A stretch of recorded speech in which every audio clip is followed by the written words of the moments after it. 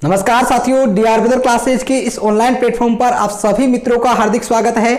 आप सभी साथियों को गुड मॉर्निंग, सुप्रभात। आप सभी साथी देख रहे हैं हम बाल विकास की कक्षा में चर्चा कर रहे हैं पहली यूनिट की, जिसमें हम अब तक अध्ययन कर चुके हैं बाल विकास क्या होता है, बाल विकास का इतिहास क्या है, बाल विकास से संबंधित जो है अध्ययन की जो विधियां थी उनके बारे में हमने चर्चा की। उसके बाद अभिवृद्धि एवं विकास, उसके अंतर को समझा। उसके बाद विकास के जो सिद्धांत है उन सभी सिद्धांतों को हमने समझाया। आज की कक्षा में हम जो अध्ययन करने वाले हैं उसका जो कि हमारा बहुत महत्वपूर्ण टॉपिक है, बाल विकास को प्रभावित करने वाले कारक। तो मित्रों, इससे प्रश्न किस तरह से पूछे जाते हैं इस तरह से हम चर्चा करेंगे। और अब तक इस टॉपिक से प्रत्येक परीक्षाओं में प्रश्न पूछे जा रहे हैं और परीक्षा में प्रश्न पूछे जाने का ट्रेंड कैसा रहा है, किस किस तरह के प्रश्न पूछे जाते हैं, उन सब पर हम चर्चाएं करते चलेंगे। लेकिन कक्षा प्रारंभ करने से पहले हमारा रोज का एक काम होता है मोटिवेशन, और उस मोटिवेशन रोज की हम शुरुआत करते हैं। कुछ कर गुजरने के लिए मौसम नहीं मन चाहिए। अरे कुछ कर गुजरने के लिए मौसम नहीं मन चाहिए, साधन सभी जुट जाएंगे, बस दृढ़ संकल्प चाहिए, बस दृढ़ संकल्प चाहिए। तो साथियों, हम दृढ़ संकल्प करते हैं। जो ये रीत का बिगुल बच चुका है, इसमें हम अपनी तैयारी के साथ युद्ध जीतने वाले हैं। तो पसीने की हर बूंद को मोती सा चमकाऊंगा, मां तू सपने बड़े देखना, पूरे करके मैं दिखाऊंगा। तो साथियों, अब की बार सपना पूरा करने की जिम्मेदारी हम सब की है और हम सब इस जिम्मेदारी को निभाने के लिए तैयारी करते हैं। तो आइए साथियों, हम शुरुआत करते हैं आज की हमारी कक्षा की। तो आप सभी को स्क्रीन पर दिखाई दे रहा है बाल विकास को प्रभावित करने वाले कारक। मित्रों, यहां से प्रश्न किस तरह से पूछे जाएंगे ये मैं आपको समझाने का प्रयास करता हूं। एक सामान्य रूप से बाल विकास को प्रभावित करने वाले कारकों में पहला प्रश्न इस तरह से बनता है कि सामान्य रूप से कौन कौन प्रभावित करते हैं। तो सामान्य रूप से जो कारक हैं वो मित्रों हमारे हैं, कौन कौन है? एक है हमारा, हम चर्चा करेंगे तीन प्रकार के कारकों की। जो पहला कारक है हमारा आंतरिक कारक। कौन सा है मित्रों?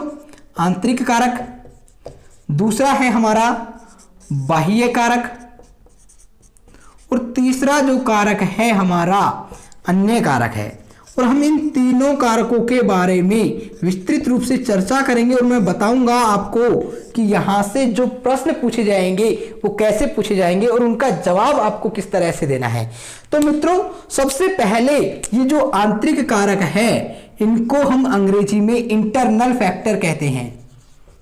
क्या कहते हैं मित्रों? Internal factor. और इस इंटरनल फैक्टर जो होंगे व्यक्ति से खुद से संबंधित होंगे। जैसे मैं खुद हूं तो मेरे अंदर से, मेरे आंतरिक रूप से संबंधित होंगे। जैसे वंशानुक्रम का अध्ययन हम इसमें करते हैं, वंशानुक्रम। वंशानुक्रम के बाद मेरा शरीर से संबंधित जो भी मेरी विशेषताएं हैं वो सब क्या है? मेरे इस आंतरिक कारक से संबंधित है। जैसे शरीर से संबंधित है हमारी आयु हो सकती है, हमारा लिंग हो सकता है, ये क्या है हमारी अंतःस्रावी ग्रंथियां हो सकती है, अंतःस्रावी ग्रंथियों से निकलने वाले हार्मोन हो सकते हैं। अर्थात मित्रों, मैं यूं कहूं, आपको ये टॉपिक पढ़ने की ही आवश्यकता नहीं है, क्योंकि आप सब इस एक एनवायरनमेंट में रहते हैं और आप सब ये जानते हैं कि हमें कौन कौन सी चीजें प्रभावित कर सकती है हमारे विकास में। आप सब ये जानते हैं कि विकास क्या होता है, क्योंकि हम विकास को पढ़ते हुए आज 4 दिन हो गए। तो विकास के बारे में प्रभावित करने वाले जो तत्व है उनके बारे में आप सामान्य रूप से वर्गीकरण कर सकते हैं। अगर आप में कॉम्प्रिहेंशन लेवल थोड़ा सा भी अच्छा है तो आप अपने शरीर से संबंधित जो कारक होंगे वो किस में आएंगे? हमारे इंटरनल फैक्टर में आ जाएंगे, आंतरिक कारक में आ जाएंगे। और बाह्य कारक जो आ जाएंगे हमारे, जिसे अंग्रेजी में हम क्या बोलते हैं? एक्सटर्नल फैक्टर्स बोलते हैं। और ये जो आ जाएंगे मित्रों एक्सटर्नल फैक्टर्स, वो हमारे एनवायरनमेंट से आ जाएंगे। जैसे बाह्य जो कारक है हमारे वातावरण में, सबसे पहले हम वातावरण ही ले लेते हैं। वातावरण कई प्रकार का होता है, जैसे भौतिक वातावरण, सामाजिक वातावरण, सांस्कृतिक वातावरण। ऐसे कई प्रकार के वातावरण, व्यक्ति का अन्य दूसरों से प्रभावित होना, आर्थिक स्थिति कैसी है उसकी, ये सब क्या है? बालक का विद्यालय कैसा है, बालक किस तरह के विद्यालय में अध्ययन करता है, ये सब क्या है? व्यक्ति के दोस्त कैसे हैं, ये सब किससे आ जाएंगे?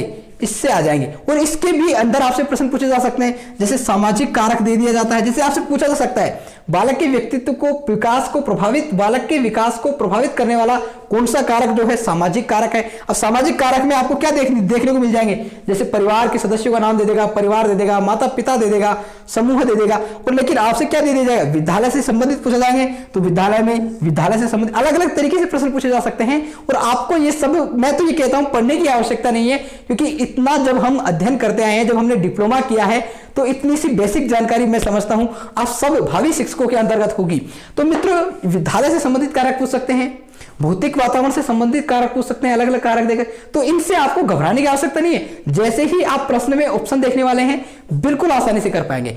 अन्य अदर कारक क्या हो सकते हैं मित्रों, अन्य कारक जैसे हो सकते हैं माता का स्वास्थ्य, जब बालक गर्भ में होता है तो माता का स्वास्थ्य कैसा है, माता का गर्भ के समय में पोषण कैसा है, माता को पोषण कैसा मिला, खान पान कैसा मिला, या फिर एक भयंकर प्रकार की रोग अगर बालक को हो जाता है, या फिर कोई चोट का शिकार हो जाता है, तो ये जो कारक होंगे ये हमारे बाल विकास को सामान्य रूप से प्रभावित करने वाले कारक होंगे। तो मित्रों, मैं कहता हूं आपको समझ में आया होगा कि कौन कौन से कारक आपसे प्रश्न यहां से किस तरह से बन सकते हैं। अब जो हमारा महत्वपूर्ण बिंदु है प्रभावित करने वालों में, एक तो है हमारा वंशानुक्रम, एक है हमारा वातावरण।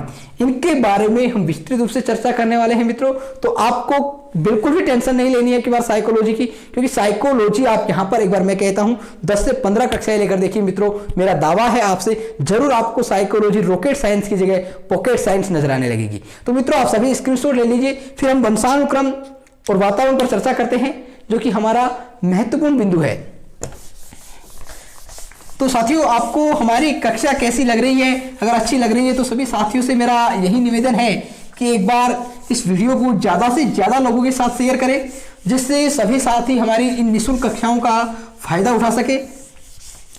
तो आप सभी साथी देख रहे हैं वंशानुक्रम क्या होता है और वातावरण क्या होता है। अब हम समझने का प्रयास करते हैं। सबसे पहले जो महत्वपूर्ण कारक है, बालक का जो कारक है प्रभावित करने वाले, उनमें अधिगम और परिपक्वता बालक को प्रभावित करते हैं। और अधिगम का जो संबंध है बालक के वातावरण से है, और बालक को जो प्रभावित करती है परिपक्वता, उस मैच्योरिटी का जो संबंध है वो हमारी हेरिडिटी अर्थात आनुवंशिकता या वंशानुक्रम से है। तो हम यूं कहें वंशानुक्रम एवं वातावरण महत्वपूर्ण रूप से बालक को प्रभावित करते हैं, और इन दोनों को हम विस्तृत रूप से समझने का प्रयास करेंगे।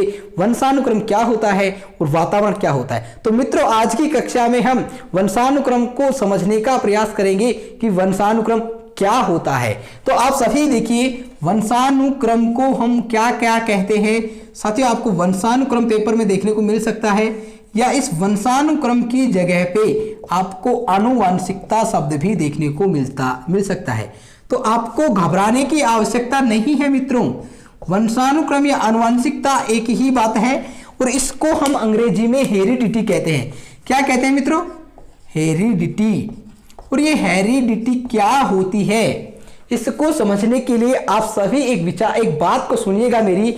जैसे आपने देखा होगा, आप एक सामान्य वातावरण में रहते हैं, तो आपने देखा होगा कि एक मनुष्य ही जन्म लेता है, एक बकरी से बकरी का जन्म होता है, एक मुर्गी से मुर्गी या मुर्गे का जन्म होता है। उसी प्रकार से अपनी अपनी प्रजाति के लोगों से अपनी अपनी प्रजाति के लोग उत्पन्न होते हैं। तो ये जो संभव है वो हमारे वंशानुक्रम अर्थात आनुवंशिकता के कारण होता है। मैं आशा करता हूं आपको वंशानुक्रम या आनुवंशिकता का महत्व मेरी इस बात से समझ में आया होगा।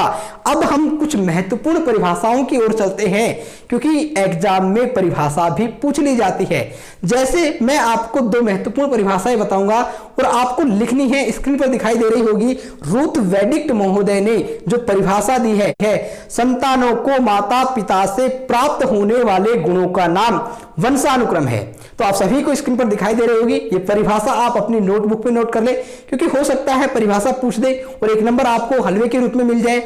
उसके बाद दूसरी जो परिभाषा है वो BN झा महोदय की है, और इन्होंने कहा है हमारी जन्मजात शक्तियों का जो योग है वो वंशानुक्रम ही है। हमारी जन्मजात विशेषताओं का योग जो है वंशानुक्रम ही है। ये थी हमारी 2 महत्वपूर्ण परिभाषाएं। अब एक जो सबसे इंपॉर्टेंट परिभाषा है मैं आपको यहां पर लिखाऊंगा, और उसी को आधार आधार मानते हुए हम वंशानुक्रम को समझने का प्रयास करेंगे कि क्या वंशानुक्रम होता है, क्या होती है आनुवंशिकता। और ये परिभाषा है जेम्स ड्रेवर महोदय की। और ये जेम्स ड्रेवर जो महोदय है मित्रों, क्या कहते हैं आप सभी देखिएगा, जेम्स ड्रेवर जो महोदय है ये कहते हैं कि माता पिता की, क्या कहते हैं मित्रों, माता पिता की शारीरिक या मानसिक विशेषताओं का, शारीरिक या मानसिक विशेषताओं का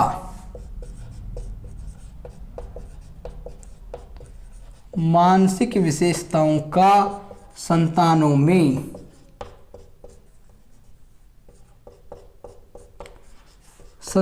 में हस्तांतरण होना क्या है, आनुवंशिकता है। जेम्स ड्रेवर ने एक सरल शब्दों में यह परिभाषा समझाने का प्रयास किया है कि वंशानुक्रम क्या होता है। और इन्होंने कहा है मित्रों कि हमारी जो माता पिता की शारीरिक या मानसिक विशेषता होती है उनका संतानों में हस्तांतरण होना ही क्या है, वंशानुक्रम है। अब सबसे बड़ा मुद्दा यह है कि माता पिता से बच्चों में, संतानों में ये जो विशेषताएं हैं, ये जो गुण हैं, उनका हस्तांतरण कब और कैसे होता है। तो इसको समझने के लिए हस्तांतरण जो होता है मित्रों, इसको समझने के लिए कब और कैसे होता है, इसको समझने के लिए आपको क्या समझना पड़ेगा, इसको समझने के लिए आपको समझना पड़ेगा, क्या समझना पड़ेगा कि जीवन कैसे प्रारंभ होता है, एक व्यक्ति का जो जीवन है वो कैसे प्रारंभ होता है। अब आप मुझे ये बताएं कमेंट करके, जो भी साथी इस समय वीडियो देख रहे हैं, कि माता पिता से संतानों में जो गुण प्राप्त होते हैं वो कैसे और कब प्राप्त होते हैं। तो मित्रों मेरा जवाब होगा कब और कैसे प्रारंभ होता है। जीवन कब प्रारंभ होता है, हमारा जो जीवन प्रारंभ होता है वो कंसेप्शन के समय से प्रारंभ हो जाता है, अर्थात हम यूं कहें गर्भधारण के समय से क्या हो जाता है, हमारी जीवन लीला प्रारंभ हो जाती है। इसको अंग्रेजी में कंसेप्शन आपको देखने को मिल सकता है मित्रों गर्भधारण की जगह पे, तो आपको घबराना नहीं है।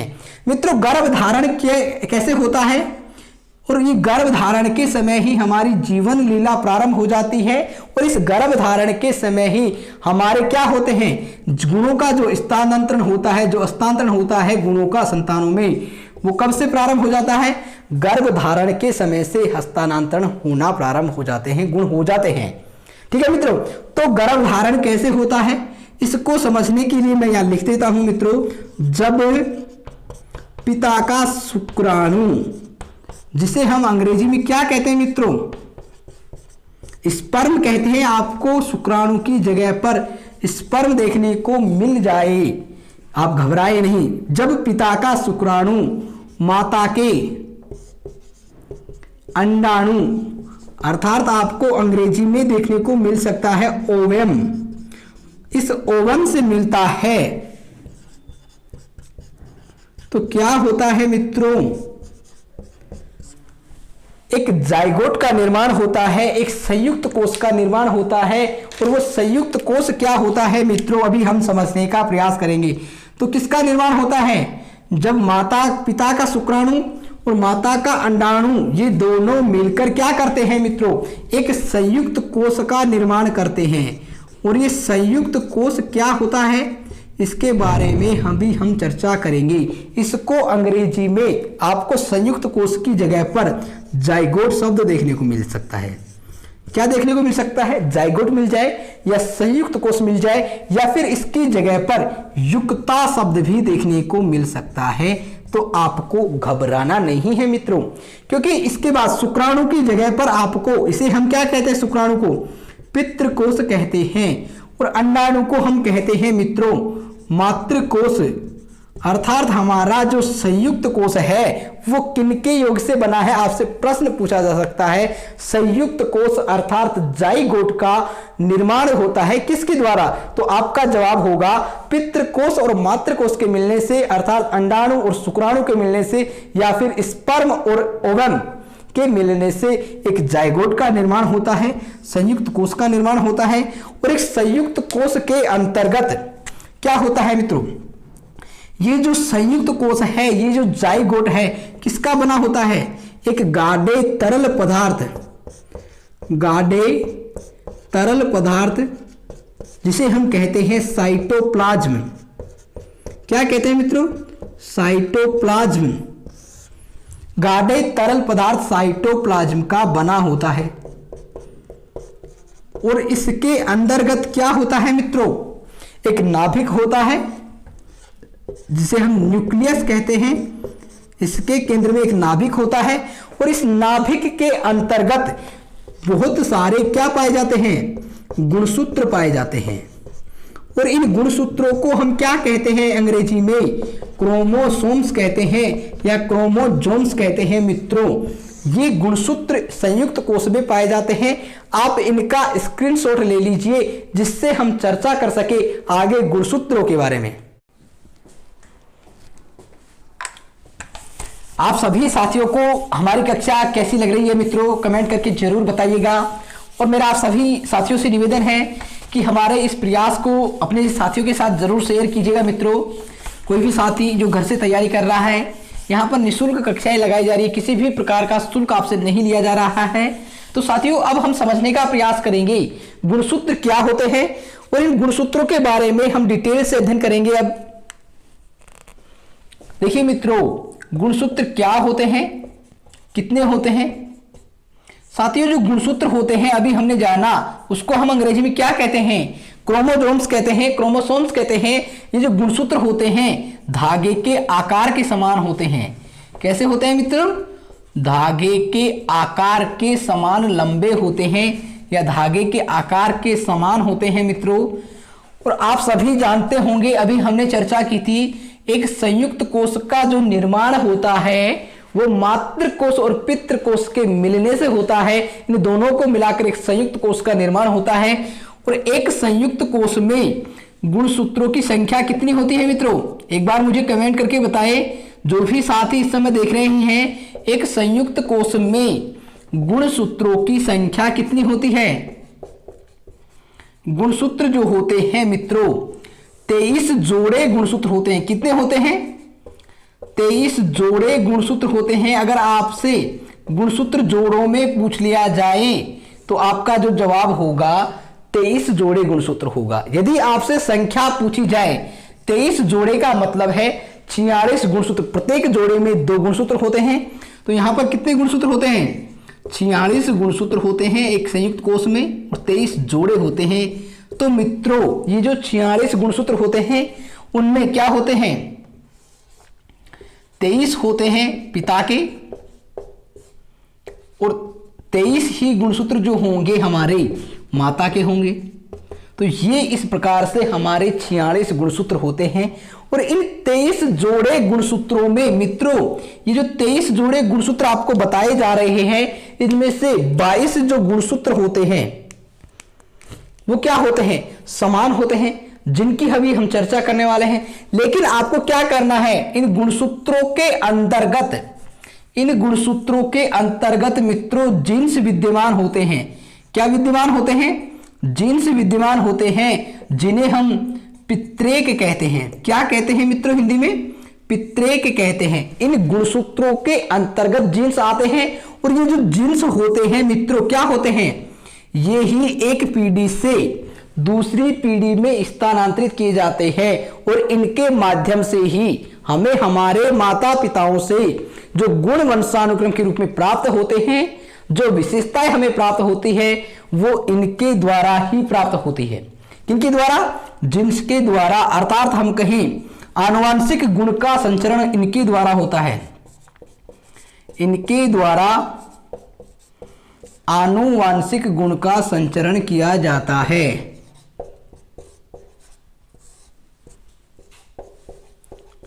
आनुवांशिक गुण का संचरण किया जाता है।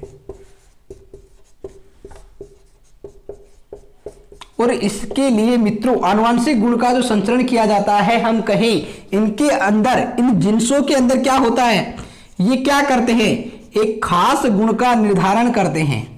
क्या करते हैं? एक खास गुण इनके अंदर निर्धारित होता है जो कि हमें माता पिताओं से प्राप्त होते हैं।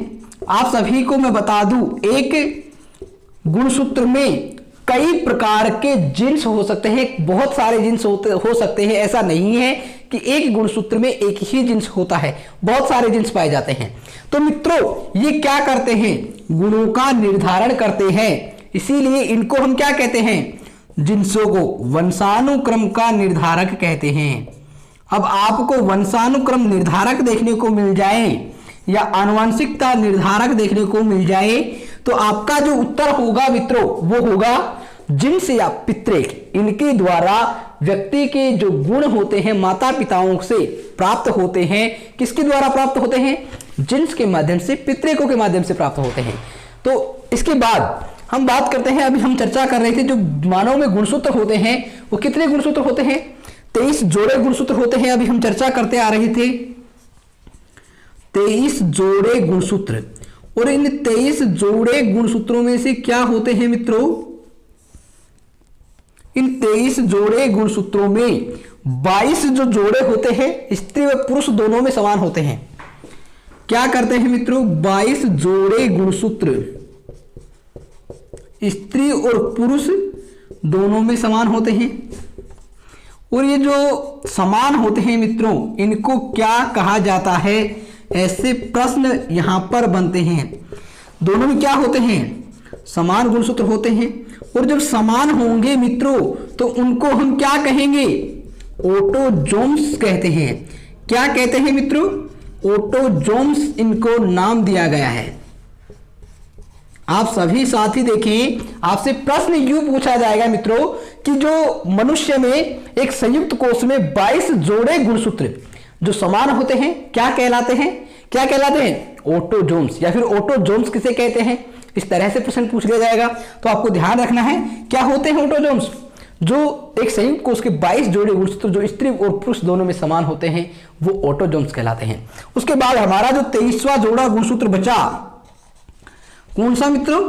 23वां जोड़ा गुणसूत्र जो बचा वो उसे हम क्या कहते हैं? उसे हम सेक्स क्रोमोजोम्स कहते हैं। क्या कहते हैं मित्रों? सेक्स क्रोमोजोम्स, अर्थात लैंगिक गुणसूत्र हम इसे कहते हैं। क्या कहते हैं मित्रों? लैंगिक गुणसूत्र।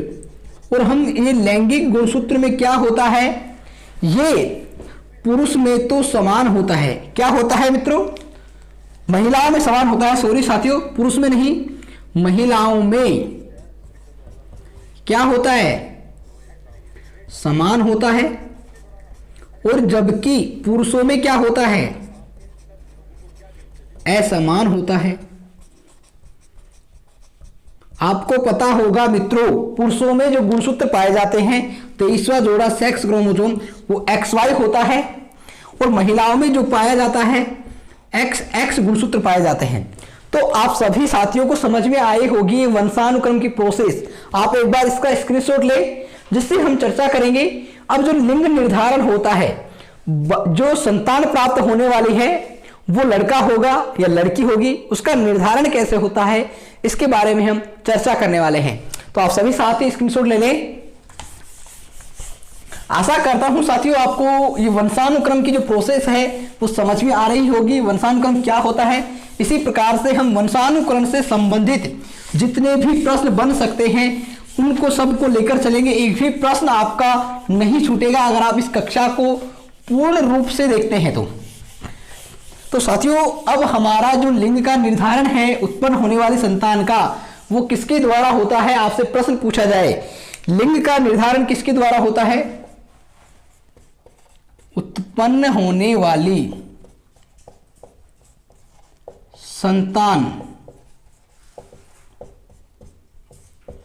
का लिंग निर्धारण कौन करता है, किसके द्वारा होता है मित्रों? एक बार मुझे कमेंट करके बताएं। जिस भी साथी को पता हो वो कमेंट करें। जो लिंग निर्धारण होता है उत्पन्न होने वाली संतान क्या होगी, इसका जो निर्धारण है पिता के ऊपर निर्भर होता है। किस पर निर्भर होता है? पिता के द्वारा किया जाता है। अब कैसे होता है मित्रों, इसके बारे में हम समझने का प्रयास करते हैं। लड़का कब उत्पन्न होता है और लड़की कब उत्पन्न होती है, ये प्रश्न जो है पिछले कई टेट भर्ती परीक्षाओं में पूछे जा चुके हैं और उम्मीद है आगे भी पूछे जाने की। तो आप सभी इनको याद कर ले, अच्छे से समझने का प्रयास करें। लड़के का जन्म कब होगा मित्रों? लड़के का जन्म जो होगा वो कब होगा? XY गुणसूत्रों के द्वारा। किसके द्वारा होगा? XY गुणसूत्र के मिलने से किसका जन्म होगा? लड़के का जन्म होगा। अर्थात आपसे ऐसे भी लिखा हुआ आपको देखने को मिल सकता है ऑप्शन में, पुरुष का कौन सा गुणसूत्र? Y गुणसूत्र, और महिला का X गुणसूत्र जब मिलेगा तो क्या होगा मित्रों? किसका जन्म होगा? उत्पन्न होने वाली जो संतान होगी हमारा, तो वो कौन सा होगा? लड़का होगा। अब आपको प्रश्न से गुमराह करने के लिए उल्टा दे दिया जाएगा, पुरुष का X गुणसूत्र और महिला का Y गुणसूत्र, जबकि आपको पता है मित्रों कि महिला में तो Y गुणसूत्र पाया ही नहीं जाता है, क्योंकि उसमें समान XX गुणसूत्र होते हैं। तो ध्यान रखें, पुरुष का Y और महिला का X गुणसूत्र के मिलने पर लड़के का जन्म होता है। उसके बाद अगला जो है हमारा लड़की का जन्म। मित्रों, लड़की का जन्म कब होता है? लड़की का जो जन्म होगा वो XX गुणसूत्र के मिलने पर होगा। किसके मिलने पर होगा मित्रों? XX गुणसूत्र के मिलने पर। और XX गुणसूत्र यहां पर आपको दोनों में ही XX देखने को मिलेंगे, तो आप लिख सकते हैं पुरुष का X गुणसूत्र और महिला का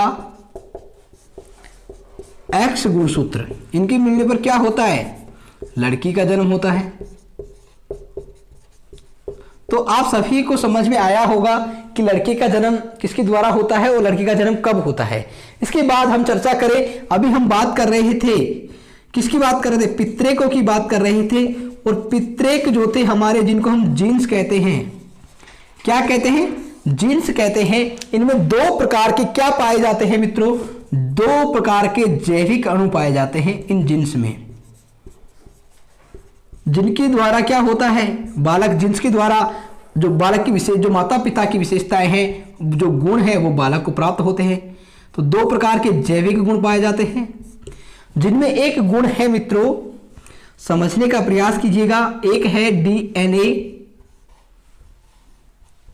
और दूसरा है RNA। मित्रों, कभी कभार ये एक पर्यावरण का टॉपिक है, जब हम पर्यावरण अध्ययन में साइंस पढ़ेंगे तो ये आपके वहां पर दिया हुआ है। जब आप पर्यावरण पढ़ेंगे तो इसके बारे में विस्तृत रूप से चर्चा की जाएगी। तो मित्रों, DNA जो है इसकी फुल फॉर्म पूछ ली जाती है और कई बार शायद पिछली बार पूछी भी गई है कोई सी परीक्षा में, आरटेट में, तो आप इनको लिख लीजिएगा। इसकी जो DNA की फुल फॉर्म होती है डीऑक्सीराइबो न्यूक्लिक एसिड। क्या होती है मित्रों? Deoxyribo nucleic acid. और ये DNA क्या कार्य करता है मित्रों? माता पिता से जो विशिष्ट गुण प्राप्त होते हैं वो इस DNA के अंतर्गत ही होते हैं। क्या होते हैं? माता पिता से प्राप्त विशिष्ट गुण किससे प्राप्त होते हैं? माता और पिता भी मैं यहां पर लिख देता हूं, माता पिता से प्राप्त विशिष्ट गुण।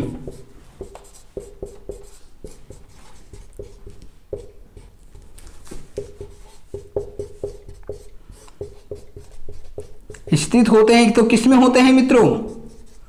DNA में होते हैं। और इनके द्वारा व्यक्ति में DNA से माता पिता से गुण प्राप्त होते हैं और व्यक्ति क्या है? शील गुण के आधार पर व्यवहार करने लगता है, ये हमारा DNA कहता है। और RNA क्या करता है मित्रों? RNA की जो फुल फॉर्म है, पहले हम इसको जानते हैं, राइबो न्यूक्लिक एसिड। क्या है मित्रों? Ribo nucleic acid. और इसमें क्या होता है? ये DNA के संदेशों को ढोने का कार्य करता है।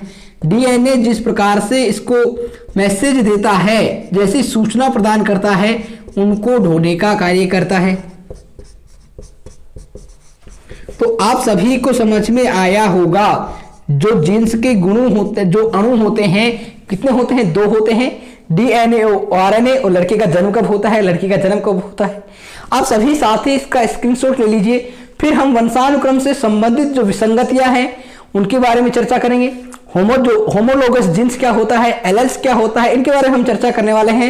ये कक्षा बहुत महत्वपूर्ण है मित्रों, इतने विस्तार से आपको किसी भी YouTube चैनल पर नहीं मिलने वाला है। आप एक बार कक्षाएं रेगुलर देखते रहिए, यहाँ पर आपको जरूर नया कंटेंट, कुछ नया सीखने को मिलने वाला है। दोस्तों हम आपके लिए मेहनत कर रहे हैं मित्रों, हमारा प्रयास है, आपकी सफलता है, निस्वार्थ सेवा है। बस आप सभी साथियों से इतना ही निवेदन रहेगा हमारा कि इस वीडियो को, हमारे वीडियो है जितने भी, उनको ज्यादा से ज्यादा लोगों तक पहुंचाने का कार्य करें, जिससे हमारे साथ और भी साथी जुड़े और हम भी दुगने उत्साह के साथ मेहनत कर पाए। तो अब है हमारा होमोलोगस जीन्स। और होमोलोगस जीन्स क्या होता है, इसके बारे में हम चर्चा करेंगे। होमोलोगस जीन्स मित्रों, ये जो होमोलोगस जीन्स होता है, हम कहें एक गुणसूत्र में एक साथ 2 जीन्स विद्यमान होते हैं, एक साथ एक जगह पर 2 जीन्स जब विद्यमान रहते हैं तो उनको हम होमोलोगस जीन्स कहते हैं। अर्थात मैं लिख देता हूं यहां पर, एक गुणसूत्र में एक साथ या एक जगह पर 2 जीन्स होते हैं, 2 जीन्स होते हैं, तो क्या होता है मित्रों,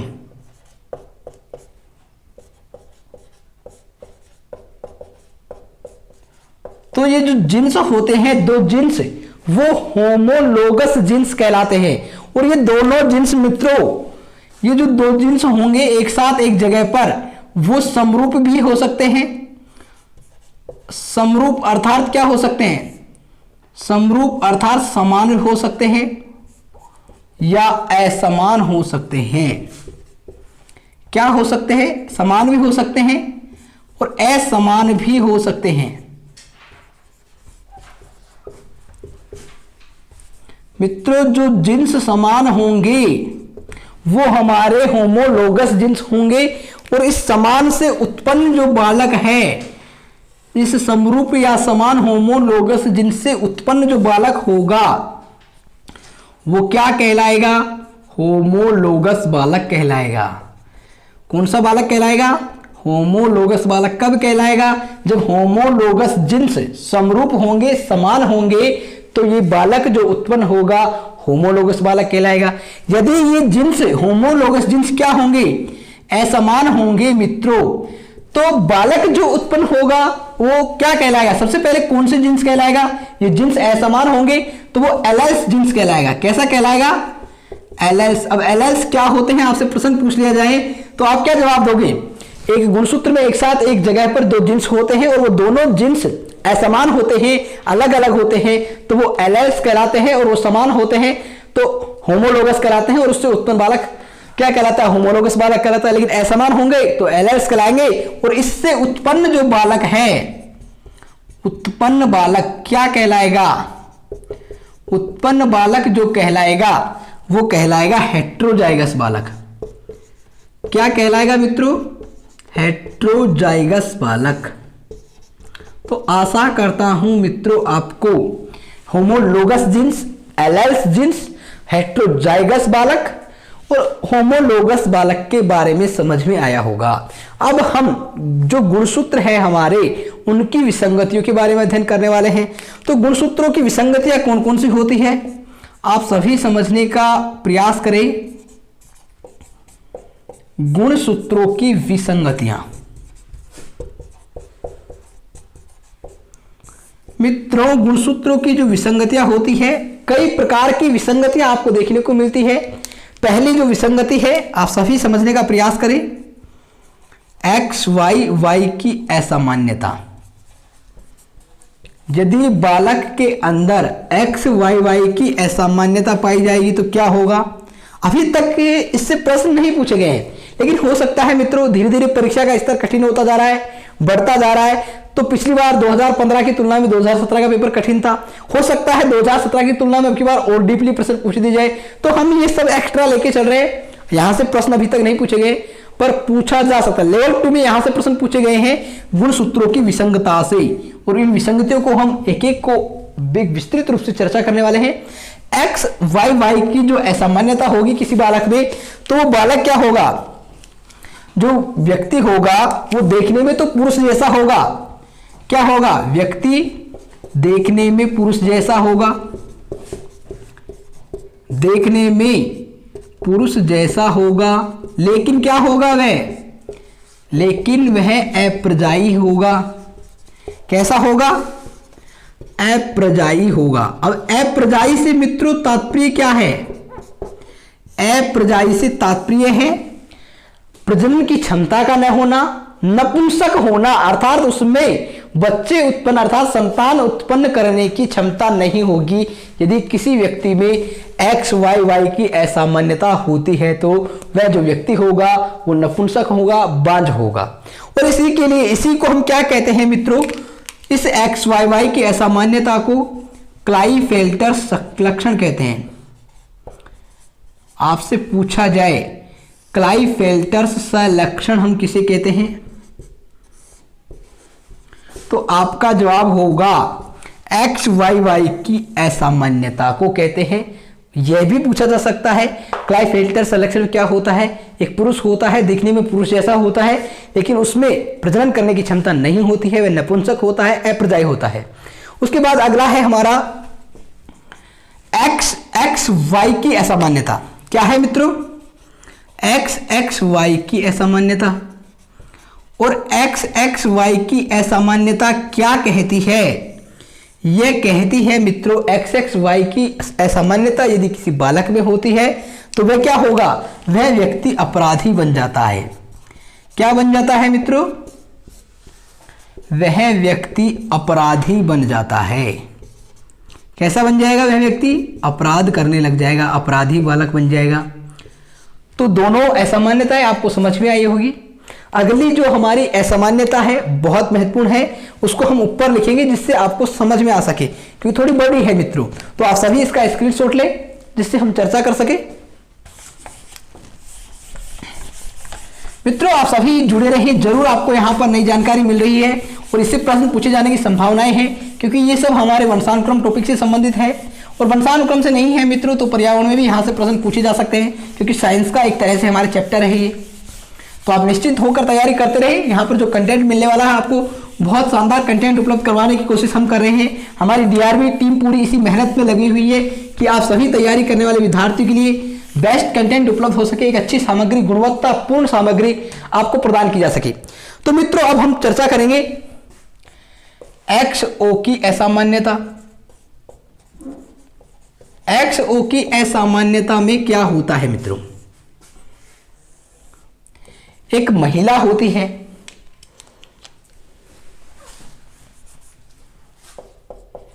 एक महिला होते हुए भी उसमें महिला के गुण नहीं पाए जाते हैं। क्या होते हैं, उसमें महिला के गुण नहीं पाए जाते हैं।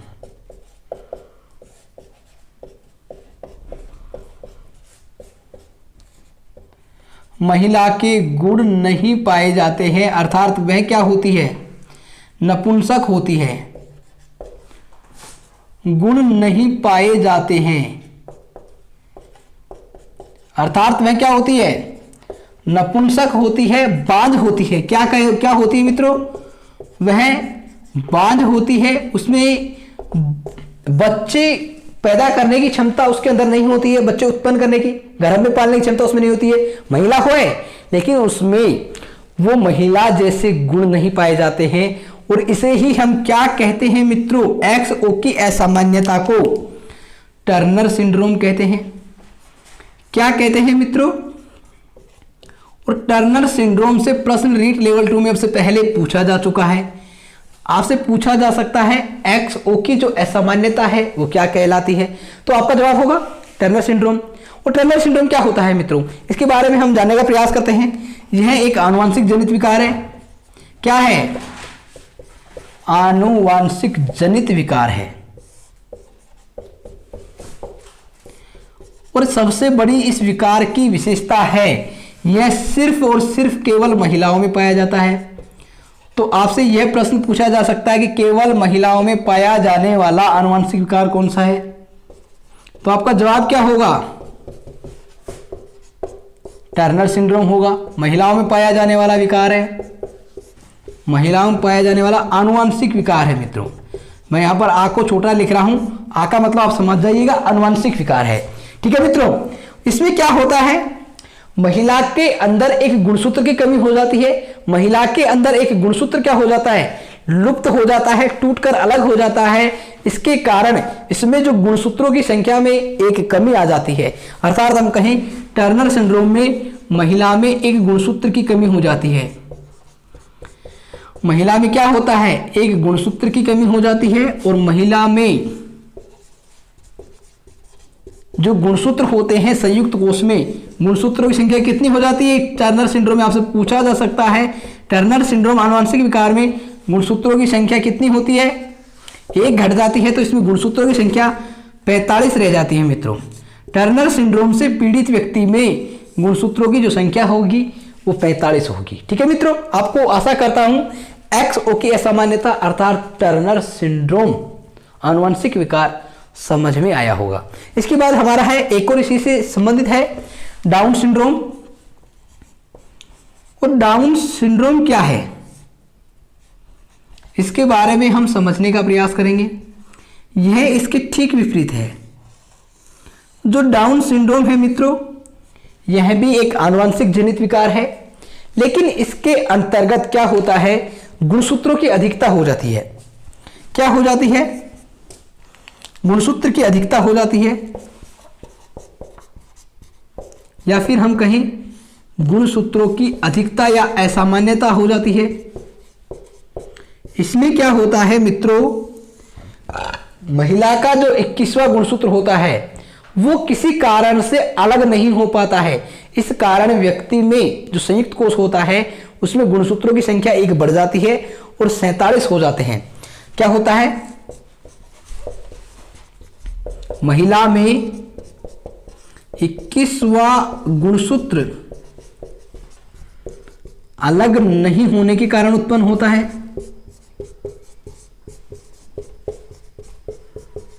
अलग नहीं होने के कारण अर्थात हम कहें कोशिका विभाजन में त्रुटि के कारण, कोशिका का विभाजन जो होता है उसमें त्रुटि हो जाती है और इसके कारण ये विकार उत्पन्न होता है। तो आपसे मित्रों प्रश्न कैसे पूछा जाएगा कि कोशिका विभाजन में त्रुटि के कारण कौन सा विकार होता है, तो आपका जवाब क्या होगा? डाउन सिंड्रोम होगा। इसमें गुणसूत्रों के, इससे पीड़ित जो व्यक्ति होगा उसमें गुणसूत्रों की जो संख्या होगी कितनी हो जाएगी मित्रों? गुणसूत्रों की जो संख्या है वो 47 हो जाएगी। इसी प्रकार से हम कहें कि इससे डाउन सिंड्रोम से पीड़ित जो बालक होगा वो क्या होगा, इससे उत्पन्न जो बालक होगा मंगोलिज्म होगा। और मंगोलिज्म से तात्पर्य है मंद बुद्धि। क्या है मित्रों? मंगोलिज्म किसे कहते हैं? मंद बुद्धि को कहते हैं। और इससे उत्पन्न जो बालक होगा डाउन सिंड्रोम से पीड़ित बालक, उसकी जो बुद्धि लब्धि होगी वो 25 से 50 के बीच में होगी।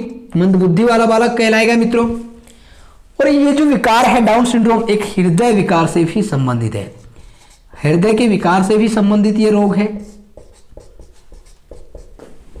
तो आप सभी से मैं आशा करता हूं मित्रों कि आपको ये डाउन सिंड्रोम और टर्नर सिंड्रोम समझ में आया होगा। तो आप सभी साथी इसका भी स्क्रीनशॉट लें जिससे हम आगे चर्चा कर सके। मित्रों अब हमारा जो बिंदु होगा वो होने वाला है समयमज और बंध यमज। आज की कक्षा में हम समयमज और बंध यमज के बारे में जानेंगे। अब आगे कि समयमज क्या होते हैं, आइडेंटिकल ट्विंस जिसे हम कहते हैं, और बंध यमज फ्रैटर्नल ट्विंस क्या होते हैं। और इससे प्रश्न पूछे गए हैं रीट लेवल 2 में हो सकता है लेवल 1 में भी एक बार पूछ लिया जाए, जब आपके सिलेबस में चैप्टर दिया हुआ है तो हो सकता है अब की बार प्रश्न यहां से पूछ दिया जाए। तो अब की बार हम जो चर्चा करने जा रहे हैं वो है हमारा समयमज। क्या है मित्रों? समयमज, अर्थात हम इसे अंग्रेजी में कहें आइडेंटिकल ट्विंस, अर्थात जो जुड़वे बच्चे होते हैं मित्रों उनके प्रकार हम पढ़ रहे हैं। जुड़वे बच्चे जो होते हैं दो प्रकार के होते हैं, एक होते हैं आइडेंटिकल ट्विंस, दूसरे होते हैं फ्रेटर्नल ट्विंस। तो आइडेंटिकल जो ट्विंस होंगे समयमज, वो क्या होते हैं, इनकी विशेषता है मित्रों एक ही जायगोट से, एक ही युग्म से ये पैदा होते हैं, एक ही युग्म से, एक ही जायगोट, मैं अंग्रेजी में लिख देता हूं मित्रों, एक ही जायगोट या फिर युक्ता कहें हम या युग्म कहें, युक्ता या युग्म से उत्पन्न बालक जो होंगे वो क्या होंगे हमारे, अर्थात आपको सबसे पहले ध्यान रखना है एक ही जायगोट से जब दो अलग अलग जुड़वा बच्चे पैदा होंगे, दो जुड़वा बच्चे पैदा होंगे एक ही जायगोट के द्वारा, एक ही संयुक्त कोष के द्वारा, तो वो हमारा समयमज होगा, आइडेंटिकल ट्विंस होगा। अर्थात आपसे पूछा जाएगा एक ही जायगोट के युग्म से उत्पन्न जो बालक होगा वो होगा आइडेंटिकल ट्विंस या फ्रेटर्नल ट्विंस। तो आपको जवाब देना होगा, क्या दोगे मित्रों? Identical twins. इसमें क्या होता है, एक सीधे शब्दों में कहूं मैं, एक ही स्पर्म, अर्थात हम कहें पितृकोष व मातृकोष द्वारा उत्पन्न, अर्थात एक ही पितृकोष का मतलब है शुक्रकीट, शुक्राणु, और मातृकोष से तात्पर्य है एक अंडाणु जो कि महिला में होता है, ओवम जिसे हम कहते हैं मातृकोष द्वारा उत्पन्न बालक कैसा होगा, आइडेंटिकल ट्विंस होगा। और इसमें क्या होगी मित्रों, जब ये दोनों बालक एक ही जायगोट से उत्पन्न हो रहे हैं तो एक ही लिंग के होंगे। कैसे होंगे? एक ही लिंग के होंगे। उत्पन्न जो बालक होंगे आइडेंटिकल ट्विंस एक ही लिंग के होंगे, और इसमें रंग रूप आदि में विचित्र समानताएं देखने को मिलेगी। इनमें रंग भी एक जैसा होगा, रंग रूप बुद्धि आदि में विचित्र समानताएं आपको देखने को मिलेगी।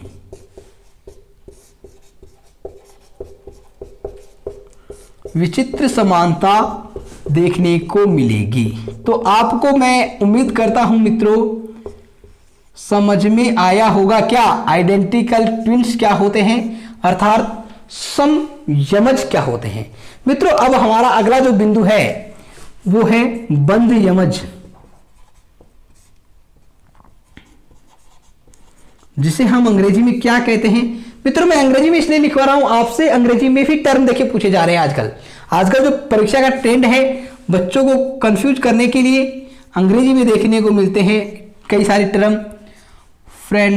फ्रेटर्नल ट्विंस जो जुड़वा बच्चों का प्रकार है दूसरा, वो बंधयमज कहलाता है। इसमें क्या होता है मित्रों, यहां पर बालक जो उत्पन्न था आइडेंटिकल ट्विंस में एक ही युक्ता से एक ही जायगोट से उत्पन्न हो रहा था, यहां पर अलग अलग जायगोट से उत्पन्न बालक या फिर कहीं विभिन्न जायगोट के द्वारा अलग अलग जायगोट से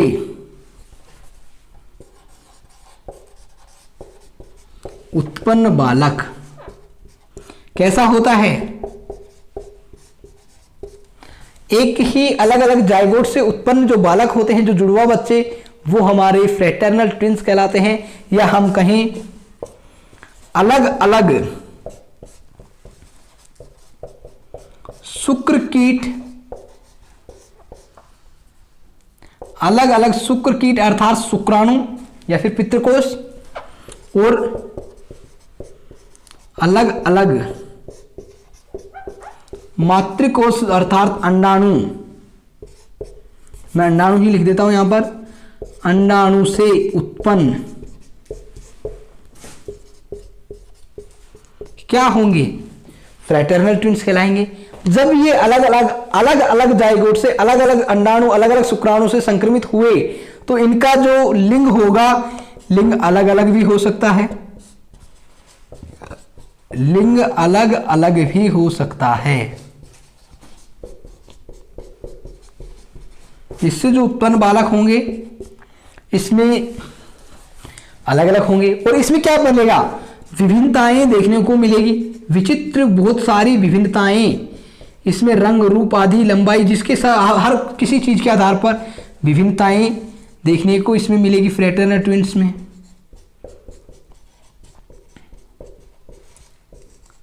तो ये जो है हमारे समयमज अर्थात आइडेंटिकल ट्विंस और बंध यमज जो कि फ्रैटर्नल ट्विंस है। मित्रों उम्मीद करता हूं आपको ये समझ में आया होगा। साथियों आज की कक्षा हमारी काफी लंबी हो चुकी है, आप सभी एक बार स्क्रीनशॉट ले लीजिए। आप सभी साथियों को उम्मीद करता हूं वंशानुक्रम का प्रोसेस समझ में आया होगा, वंशानुक्रम क्या होता है, वंशानुक्रम की प्रक्रिया कैसे होती है, हम माता पिता से गुणों का जो स्थानांतरण होता है, हमें जो गुण प्राप्त होते हैं वो कैसे होते हैं, पूरी प्रोसेस आपको समझ में आई होगी। अगर आपको समझ में आया है या फिर आपको ये कक्षा हमारी अच्छी लगी है तो एक बार वीडियो लाइक करें और कमेंट करके मुझे जरूर बताएं। अगले जब कक्षा में हम अध्ययन करेंगे तो वंशानुक्रम के नियम और वंशानुक्रम के जो नियम है उससे बालक कैसे प्रभावित होता है। अभी हमने वंशानुक्रम की प्रोसेस समझी है, वंशानुक्रम से बालक प्रभावित कैसे होता है और वंशानुक्रम क्या क्या नियम है इसके बारे में हम चर्चा करेंगे। तो साथियों आज की कक्षा से मैं आप सभी साथी से विदा लेता हूं और डीआरबी टीम की तरफ से आप सभी के लिए शुभकामनाएं करता हूं कि आप सभी साथी इस टीट 2021 भर्ती परीक्षा में अध्यापक बने और अध्यापक बनकर राष्ट्र निर्माण में योगदान देवें और अपने माता पिता का नाम गौरवान्वित करें। तो धन्यवाद साथियों, मिलेंगे फिर से एक और अगली बेहतरीन वीडियो में।